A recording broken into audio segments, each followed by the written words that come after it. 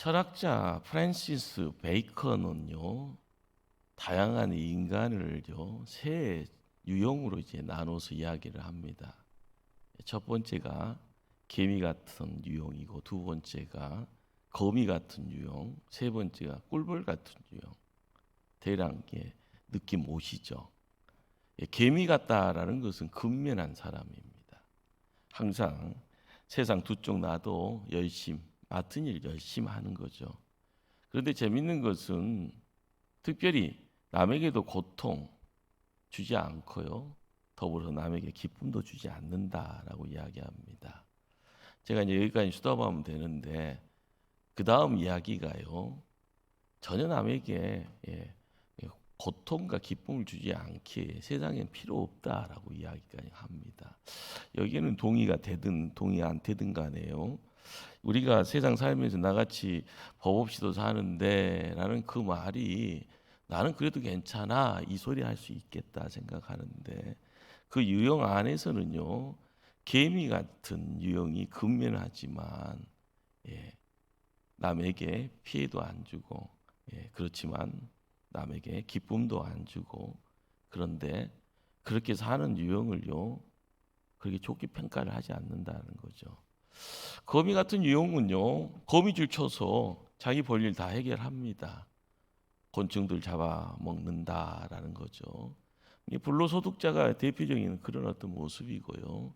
한국 사회에서는요, 뭐 사기꾼 이렇게 이야기하면 될 것 같습니다.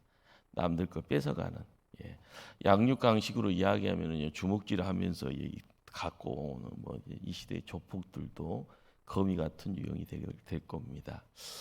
꿀벌 같은 유형이라고 이야기할 때는 꿀벌이 좋다 생각하면서 잎꽃 적꽃으로 옮겨 다니잖아요. 씨를 옮겨가면서 또한 열매를 맺게 한다라는 것.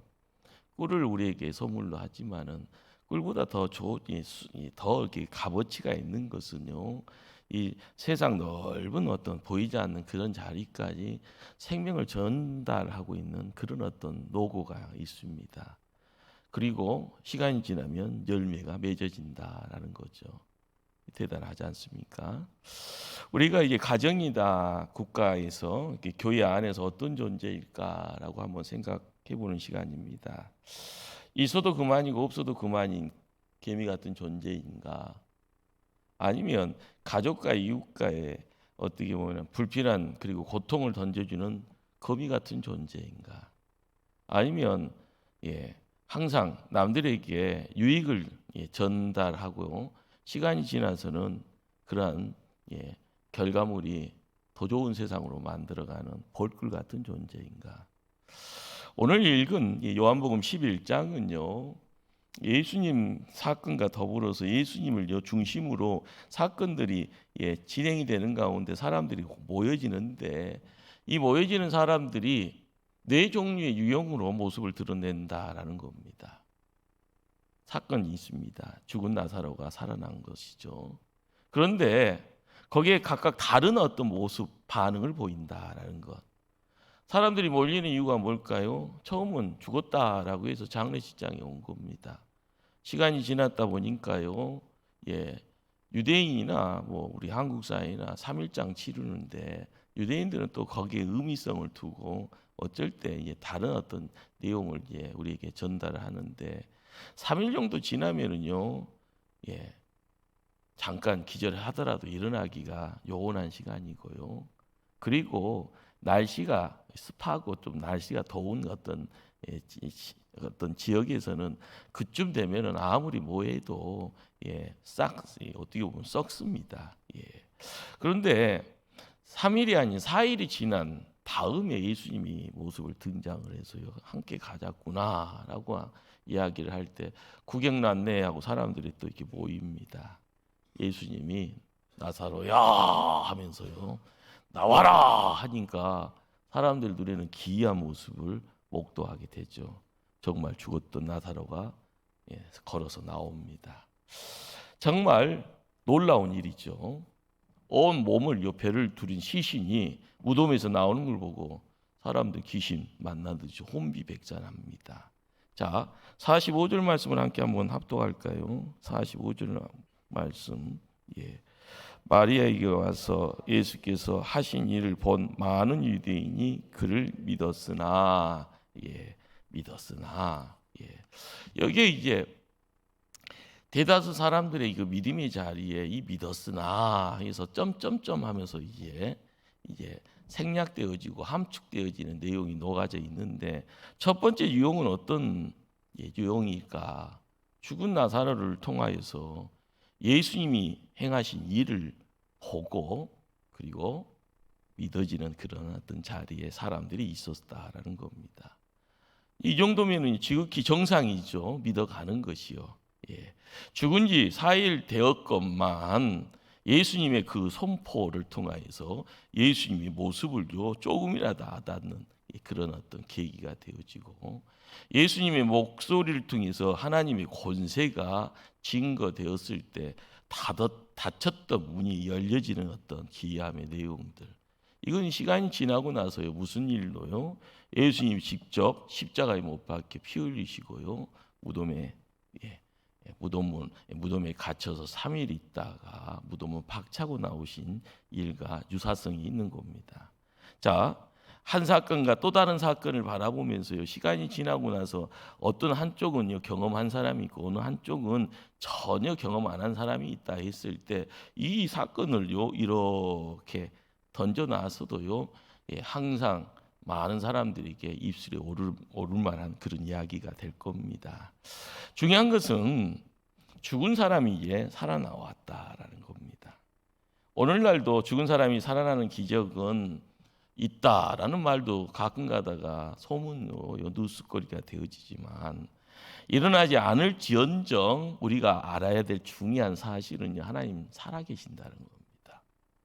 이것이 이제 우리의 어떤 성도로서의 삶의 가장 중요한 삶의 받침이 되어지고, 이것이 믿음의 자리에 이것이 반석이라라고 이름 붙여지면 우리는 반석이 세워져 가며 하나씩 뭔가를 세워갈 수 있는, 만들어갈 수 있는 그런 좋은 기회를 손에 쥐고 있는 하나님의 사람이 될 겁니다.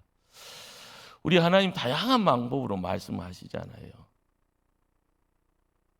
도저히 이해할 수 없을 정도로 그렇지만은요 보여지는 가운데 기적입니다라고 하는 그런 내용을 통해서 하나님의 손길을 우리 접하기도 합니다. 우리가 예배의 자리에 함께하면서요 목사의 설교를 통해서 하나님의 말씀을 또한 접하기도 하고요, 그냥 교회 밖으로 나가서요 믿음의 성도들의 입술을 통해서 이러쿵저러쿵 이야기하면서 자녀들의 이야기, 생업의 이야기하는 중에 하나님의 간섭에 대한 어떤 경험치, 신앙의 고백들도 이야기를 합니다. 더더욱 재밌는 것은요 믿지 않는 불신자의 입을 통해서도 가끔 가다가요 해머로 망치로 한 대 땅 맞을 정도로 어떤 충격의 어떤 사건들이 가끔 오죠. 아, 이 뭔가. 그러다 보면은 사람, 안 믿는 사람의 입을 통하여서도 하나님의 이야기가 내 마음을 때리기도 합니다. 내 귀를 또한 어떻게 보면은 울리기도 하고요. 하나님이 일으키신 어떤 기적을 보고요, 주님의 말씀을 듣고요, 그리고 믿음의 자리로 발걸음을 옮겨가는 이들, 어떻게 보면은요 진짜 복 받은 사람입니다. 두 번째 유형은요, 죽은 나사로가 살아난 것을 보고 의심하며 바리새인들에게 알리러 뛰어간 사람이 있다라는 겁니다. 46절 말씀 한번 합독하실까요? 46절 말씀. 그 중에 어떤 자는 바리새인들에게 가서 예수께서 하신 일을 알리니라.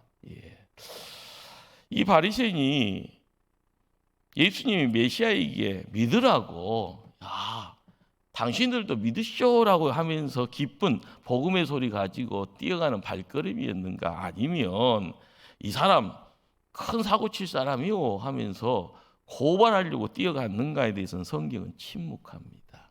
자, 그런데 분명한 것은 예수님을 전적으로 믿지 않았을 것이다라는 겁니다.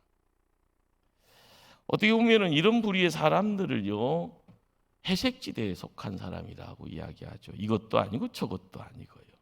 분명히 보았고요. 분명히 그 자리에 있었습니다. 나사로가 살아나온 것을요.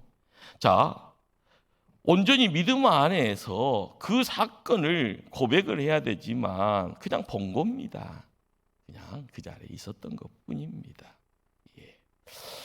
온전한 믿음으로 서지 않았기에 또한 그런다고 또 그것에 대해서요 예스 하면서요 나는 이제부터 택했습니다 하면서 예수님 제자가 되겠습니다 이렇게 큰 소리로 외치지 않는 어떤 모습. 지금 교회 안에서도요 그냥 머리로는 압니다. 입으로까지는 고백을 합니다. 자, 그런데 삶으로는 그렇게 살지 못하는 사람이 있습니다. 가끔 가다가는 믿는 건가 할 정도로요 무신론자 같은 그런 어떤 말을 행동 헷갈리죠. 주변에서 기독교를 비판하면은요 전혀 안 믿는 척하고요. 갑자기 모여 있는 사람들이 기독교에 대해서 호의적이면은요 최상으로 믿음의 최선봉에 서 있는 것처럼요 목소리를 크게 내는 사람. 결과적으로 하늘의 복을 받을 수 없는 사람들입니다. 믿음은 결단입니다. 믿음은 온전히 주님 앞에 나를 온전히 맡기는 그런 단계가 있습니다. 어정쩡하게 눈치만 보고요. 어정쩡하게 이것도 아니고 저것도 아닌 그런 상황들. 우리가 믿음 생활을 하면서 왜 이렇게 힘들까라고 할 때요. 힘듦의 내용은 외부적인 환경 때문에 힘들다라는 것은 자연스럽게 이야기할 수 있죠. 이제는 끝날 수 있겠다. 이만큼 인내했으면 하나님이 이제 끝내시고 어둠에서 빛으로 옮겨가시고 복 받겠다, 복을 받을 수 있겠다. 이런 어떤 긍정적인 믿음 통해서 소망을 하면은요, 거기 어떻게 보면 진짜 백이 믿음의 일꾼들이 있는 거죠. 그런데 전혀 외부적인 상황과 상관없이 외부에서는 야 당신 정말 부자요. 당신 자식 농사 잘 지었네. 당신 신앙생활 하니까 그렇게 사는가 보네 하면서 입에다가 꿀 발라가면서 이야기해 주지만 이 마음속에는요 천근만근 죽겠다 갑자기 안 보인다 이야기하고요. 사람들하고 대화하는 것까지 나를 왜 이렇게 힘들게 하냐고 건들지 말라고 이야기하는 그런 어떤 모습들. 우리가 그렇게 살다가 보면은요, 그렇죠? 꽃을 좋아하시는 분들은요, 진짜 좋아하시는 분은 다 죽은 꽃도 갖다만 주면 살리잖아요. 그런데 어떤 분들은요, 저 같은 사람이죠. 천년만년 살 것 같은데 내 손에만 들어오면은요 그냥 그 시가 한 달 안에요 뭐 결단 나는 그런 모습들. 은사가 없습니다. 꽃 키운데. 자, 그런데 꽃이라는 것 자체가 생명을 머금고 사람들에게 향기를 드러내고 화사함을 통해서요 많은 사람들에게 기쁨을 던져준다라고 했을 때 이것이 길게 가냐 짧게 가냐, 이게 살릴 수 있느냐, 죽을 것인가, 이런 이야기들을 할 때는 보는 사람은요 아닌 것을요 불가능한 것을 가능하게 만들어갈 때 보는 사람들은 깜짝 놀라잖아요. 우리가 알아가야 될 놀라운 비밀은 회색이라는 이름 가지고 자기를 카메론처럼 감추고 자기를 감추는 것이 자기에는 이익이 있고 자기가 그렇게 살다 보면 길게 갈 것 같고 그렇게 살다 보면 남들한테 큰 소리 칠 수 있을 것 같은 그것이요 인간 생각이라는 겁니다. 중요한 것은 누삼내는 죽어가는 것을 살리지만 누삼내는 살아있는 것을 죽이기도 하지만 하나님은요 우리 편에 어떤 분인가라는 것 아시면은요 회색 지대에 있는 것이 길게 갈 수가 없다라는 겁니다. 내 주변에 있는 사람은 다 그렇게 살아. 그런데요 육의 생명은 때 되면 병들면 병원 갑니다. 그러나 내 영이 살아나지 않으면 그건 병들어 있는 겁니다. 내 영이 어둠 속에 갇히면 자동적으로요 죽음입니다. 우리가 알아가야 될 것은 그렇잖아요. 길게 갈 것 같잖아요. 그런데 삽시간에 본당에 불 꺼져버리면 암흑이잖아요. 불 꺼지면 김용근 집사님 빨리 튀어나가서 막 어디가 고장났는가 막 고치는 거. 그런데도 방법이 안 나오면은요, 우리는 어둠 속에 살아가야 되는 겁니다. 우리가 성도라라고 이야기할 때는요, 나 잘났어가 아니잖아요. 하나님 계셔야 되잖아요. 그 하나님이 살아계신데 우리가 적당히 여기다가 한 발 걸쳐놓고 적당히 다른 쪽에다 한 발 걸쳐놓고 필요할 때마다 호출해서 쓰고 필요 없으면 가시라고 하고 딴 것 하고요. 예. 그렇게 사는 것은 남들한테는요, 예, 그렇게 인정받을 수 있고 사람 속일 수도 있지만 하나님은 그렇게 그렇게 살아가는 인생을 인정하지 않을 겁니다. 그러기에 오늘 이 시간이라도요, 우리가 풍덩 빠져야죠. 주님 안에 은혜의 자리로 풍덩 빠져야만이 은혜를 통하여서 내가 살아나는 거고요. 내 문제가 해결되는 거고요. 내가 해결할 수 없는 자녀의 삶의 자리에 필요한 것들이 천사들을 통하여서 이끌어지는 역사가 있을 때 주저앉는 곤두박히는 인생이 아니라 벌떡 일어나서 비상에서 하늘을 창공을 날 수 있는 그런 어떤 멋진 인생으로 전환이 가능할 겁니다. 시작은 미약하지만은요, 그 시작을 창대케 하시는 분이 내가 아니라 하나님이다. 그 하나님 앞에 세움 받기를 원할 때 나의 해색을요 내려놓을 때 하늘의 빛이 임할 줄 압니다. 세 번째 유형은요, 진리를 따르거나 옳고 그름을 따지는 것이 아니라 자기 이익이 되는지를 먼저 계산하는 사람들입니다. 요즘 정치 보면은요 끔찍하잖아요. 뭐 하는지도 모르겠고요. 예. 그런데 결과적으로는 이렇게 계산적인 사람들이 바리새인들에게요 예수님에 대한 소식을 전하자마자요 바리새인들이요 회의를 소집합니다. 자, 47절을 한번 찾아가서 합독할까요? 47절. 자, 47절입니다. 이에 대제사장들과 바리새인들이 공회를 모으고 이르되 이 사람이 많은 표적을 행하니 우리가 어떻게 하겠느냐. 예. 말씀 들어가기 전에 여기서요 대제사장들이라고 되어 있습니다. 구약 성경을 조금 이제 알아가시는 분들은 대제사장은 한 명인가요? 다수 복수인가요? 한 명이잖아요. 근데 성경에서 왜 대제사장들이라고 했을까? 조금 의아심이 있겠죠. 자, 이 대제사장은 어떻게 보면은 네 지파입니다. 아론의 자손의 계보를 쫓아가면서요. 자, 이 세습되는 것이기 때문에요. 종신입니다. 죽어야만이 그 다음이 등장을 하는 거예요.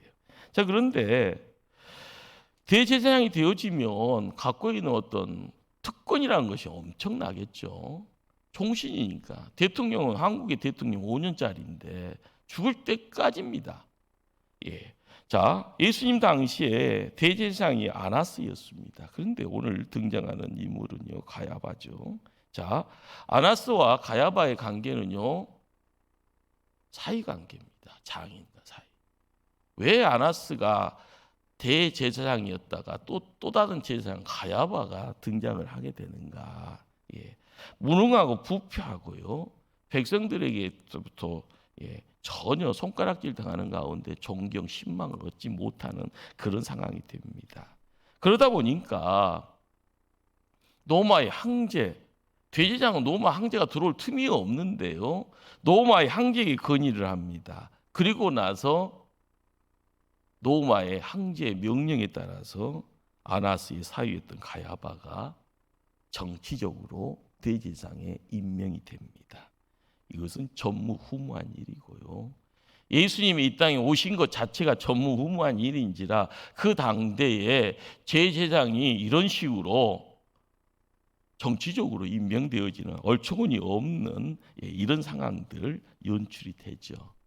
로마의 어떤 정치적인 정책은요, 각 나라의 어떤 종교나 간섭에 대해서는요 간섭치 않았던 겁니다. 니들 마음대로 해라. 그런데 이런 사태가 있었다라는 것 자체가 뭘 이야기할까요?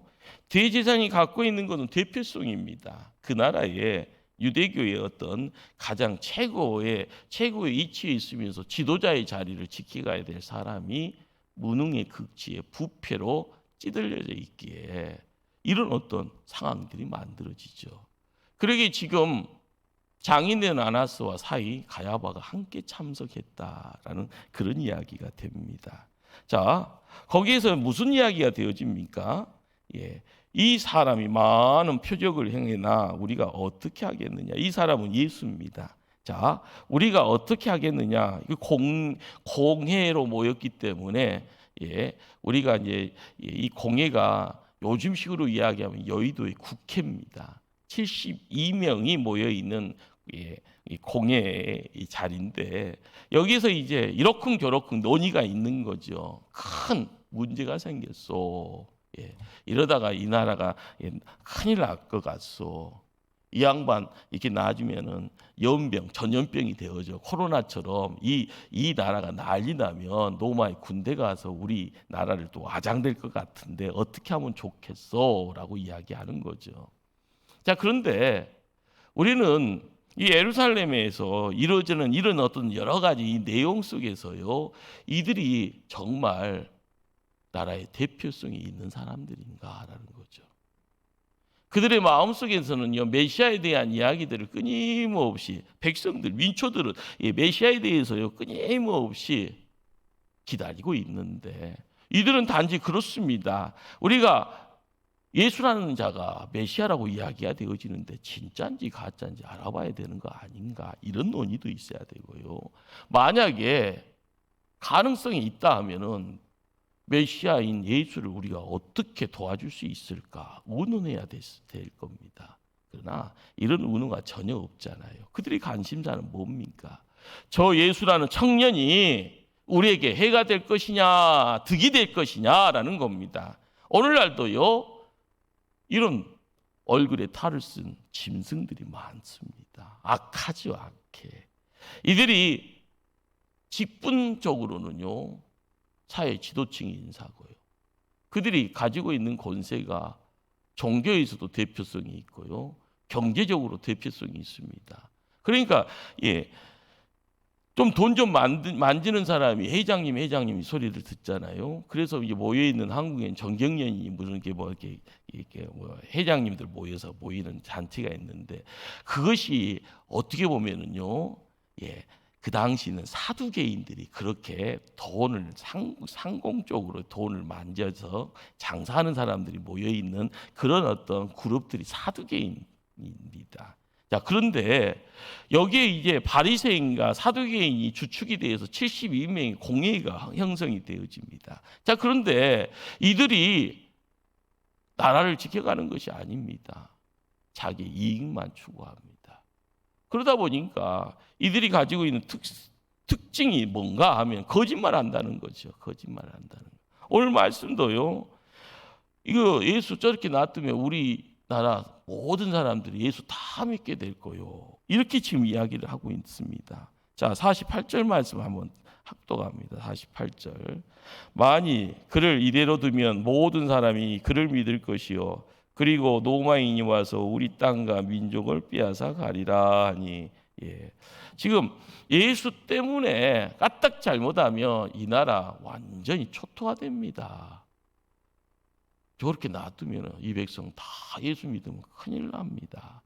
지금 그 이야기를 하고 있습니다. 어떻게 보면 예수라는 한 젊은이가 위협이 되었다라는 거죠. 그러기에 이러쿵저러쿵 이야기하는 가운데요, 그들이 뭔가를 끊임없이 모아가는 그 모습들, 거기에 그들이 이야기하는 것이 뭘까요? 거짓말이고요. 그리고 나서 이익을 모아가는 가운데 온수하고 연합을 하는 모습들이 또한 여기에서 모습을 드러내고 있습니다. 방금 바리새인과 사두개인이요, 표가 나눠져야 되는데, 야당이다 여당이다 하면 표가 나눠져야 되는데, 거기에서는요 요 야가 없이 이전에 어제의 온수가 오늘의 동지가 되어서 때려잡자 예수, 이렇게 이야기가 모아집니다. 참 대단합니다. 바로 과거의 어떤 이야기들, 사건들이 이 시대에도요 똑같이 물레방아 돌아가듯이 계속 돌고 있는 어떤 모습들입니다. 그런데 여기에서 끝나는 것이 아니라 네 번째 유형이 있습니다. 그 유형이 뭔가 하면은 사단의 허수아비가 되어지고 도구가 되어지는 존재가 등장을 합니다. 누군가 봤더니 대제사장 가야바다는 겁니다.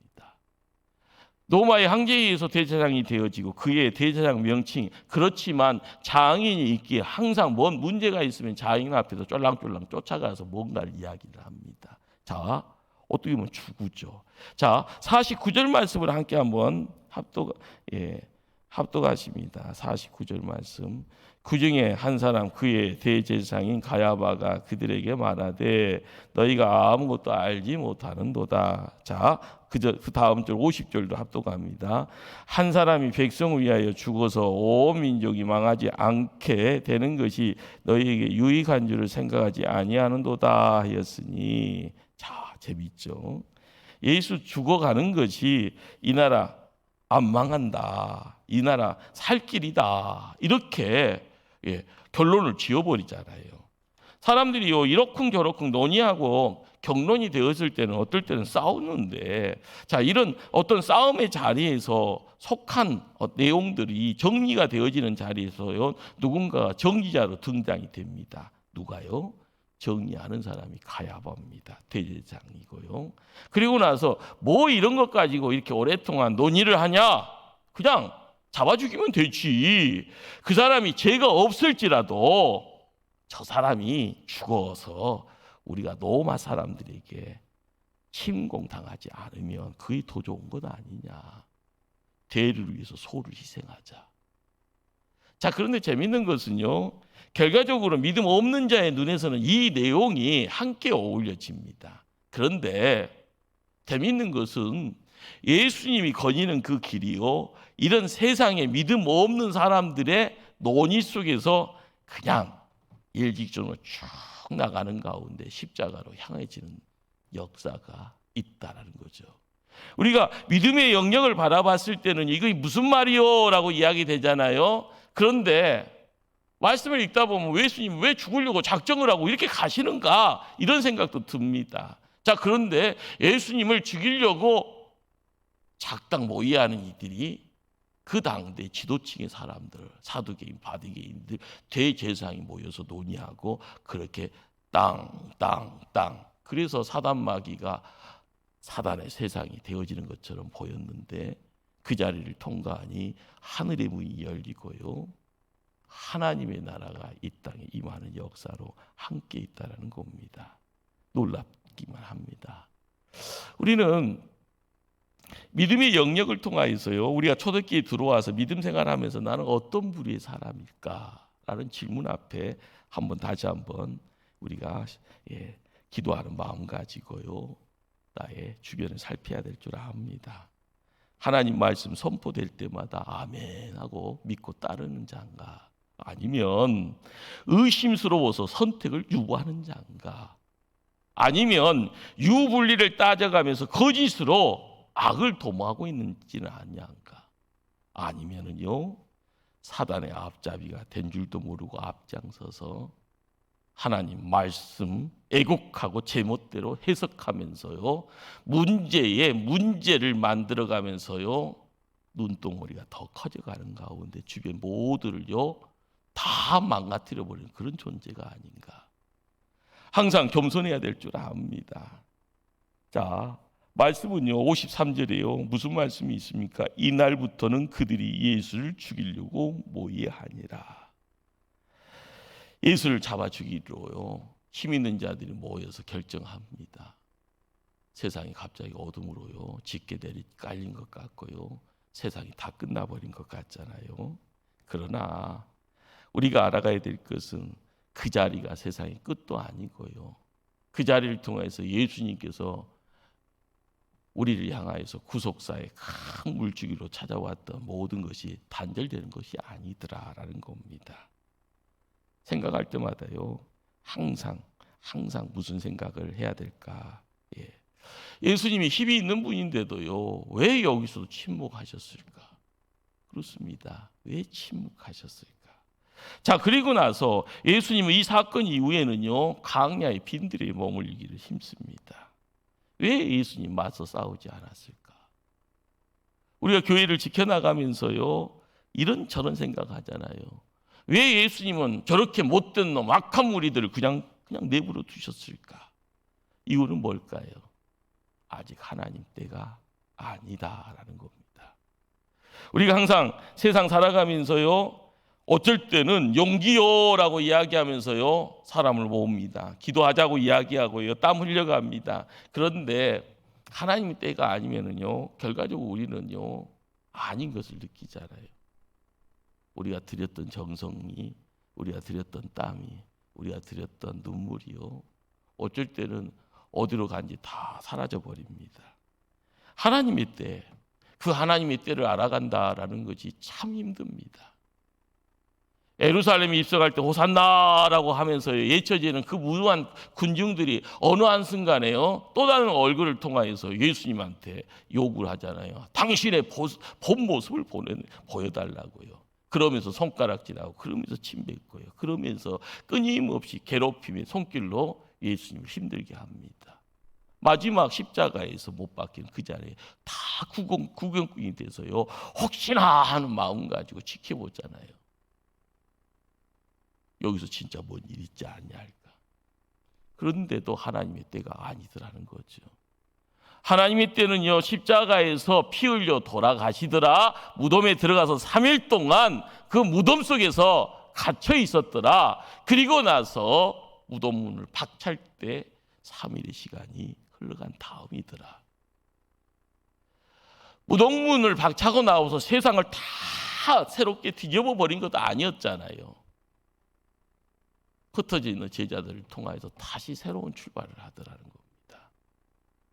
하나님의 나라는요 우리가 생각할 정도로 총 가지고요 미사일 가지고요 큰 배 전함을 가지고요 이루어지는 전쟁이 아닙니다. 하나님 편에 세움받기를 원할 때마다 하나님이 어떻게 간섭하시고 어떻게 역사하시고 어떻게 우리와 함께하기를 원하시는가, 이것을 조금이라도요 고민하실 때 우리는 놀라운 하나님의 임재를 체험할 줄 압니다.